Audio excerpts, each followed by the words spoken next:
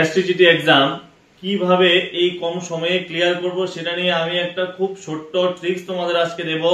কিভাবে তোমরা আগামী 4 থেকে 5 মাসের মধ্যে এক্সাম হতে চলেছে এবং কিভাবে পড়াশোনা করবে এই 4 থেকে 5 মাস সেটা একটু ভালো করে দেখো। এখানে তোমাদের প্রথম কাজ হচ্ছে সিলেবাস শেষ করা।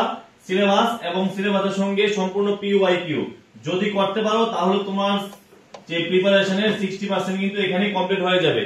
মনে রাখবে এই এসটিজিটি এক্সাম কিন্তু খুবই ডিফিকাল্ট, এটার মতো খুবই ডিফিকাল্ট বা আনএক্সপেক্টেড কোন রকম কোশ্চেন আসবে না। এখানে টোটালি এক্সপেকটেশন নিয়ে যাও যে প্রিভিয়াস ইয়ারে যেরকম লেভেলের কোশ্চেন এসেছে এবারও সিমিলার লেভেলের কোশ্চেনই আসতে চলেছে, কোনো কিছু ওই রকম ভাবে ডিফিকাল্টি লেভেল বাড়বে না।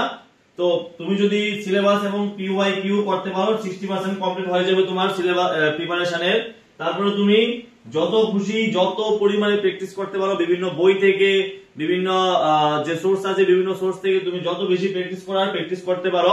যা পড়েছো সেগুলো যদি ভালোভাবে রিভাইজ করতে পারো যাতে এক্সাম হলে গিয়ে ঠিকভাবে ক্লিক করতে পারো তাহলে তোমার বাকি 40% প্রিপারেশন এখানে কমপ্লিট হবে।